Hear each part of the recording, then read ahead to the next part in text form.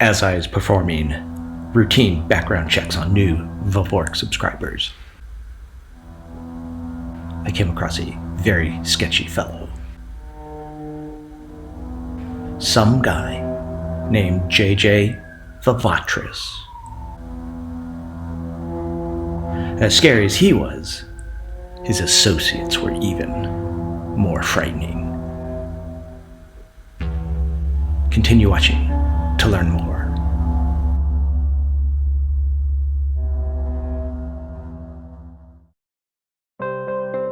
Who is this mystery individual, you ask? Well, I dug up a photo. This is him. He's my younger brother, John. Anyways, as you might imagine, I was a little bit pleased, but surprised to see that John had subscribed to VVork.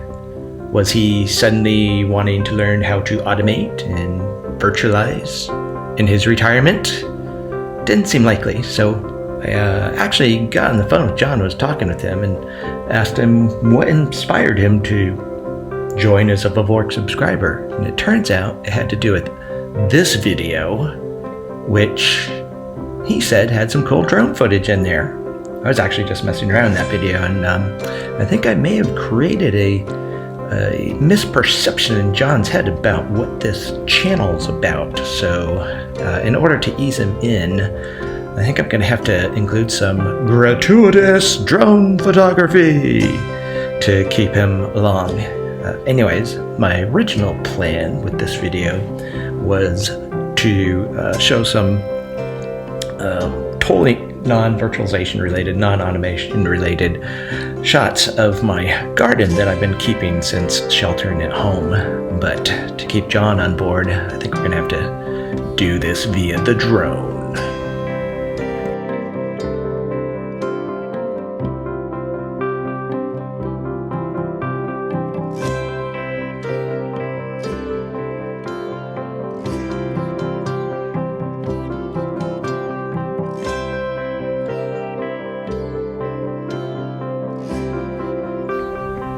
As you can see, the garden I referred to is actually a pair of raised beds in the backyard. And right here, as you can see, is the very back of the most back part of the yard. If we rotate around, though, you can see the bougainvillea and the crazy Peruvian lilies. There's VVork headquarters. And wait, and there's yours truly. Anyways, back to the garden. As you can see here, the plentiful greenery here in the center is sage. Since taking this video, the sage has gotten even more crazy out of control. In addition to sage, we have carrots growing and garlic, only a little of those.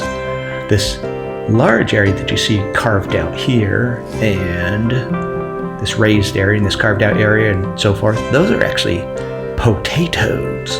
The carved out part is so that the plants can grow up a bit, and then you bury them 3/4 and they grow more, and each layer becomes more and more potatoes. But wait, there's more. There's parsley, cilantro, dill, thyme, and more thyme. I think one's a French thyme, the other's a lemon thyme. What else do we have here in the second bed? Let's see. Let's go this way. What do we got? Well, over here, we have an assortment of leafy green lettuce. Tasty, yum, yum. And right now, when I took this video, you couldn't quite make them out, so let's zoom in a bit more. Okay, almost see them? Almost? Okay, hold still, hold still. Wait, there we go. Ah, the kale. The kale has since grown appreciably. It's at least 1 or 2 inches high now. Kale's taking its time. On the other hand, the chives.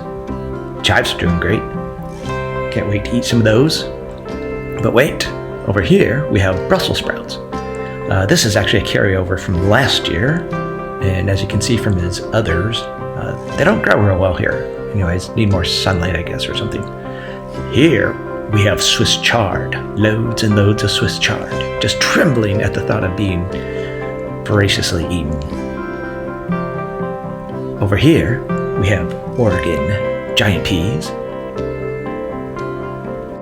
And to accompany those, over here, we have French petite beans. And speaking of beans, Käferbohnen. Those are actually Austrian beans from my cousin Bridget and her Austrian husband. But wait, we also have basil and snow peas hiding behind the irises there. And fava beans. That's pretty much all the stuff. Actually, there's some tomato plants. I don't know why I didn't record those, but the one other thing that's interesting here is this cactus. When I first moved into VVork headquarters, it was about this tall. But as you can see, this crazy cactus just keeps growing. Doesn't seem to mind gravity, doesn't seem to tip over, it just grows and grows and grows. But anyways, that's a quick tour of the garden. We'll maybe check in later in the year, see how it's going. But remember, John thinks this is a drone channel, so let's do some more flyover. Again, there's the garden down below, the neighbor's yard off to the side. I'm hiding underneath the umbrella there. Not that pink one, the one in the lower right-hand corner.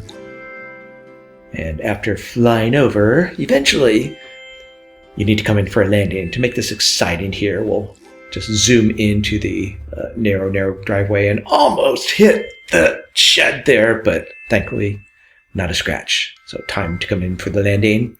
And whose feet are those? Yeah, those are mine. And that's the garden.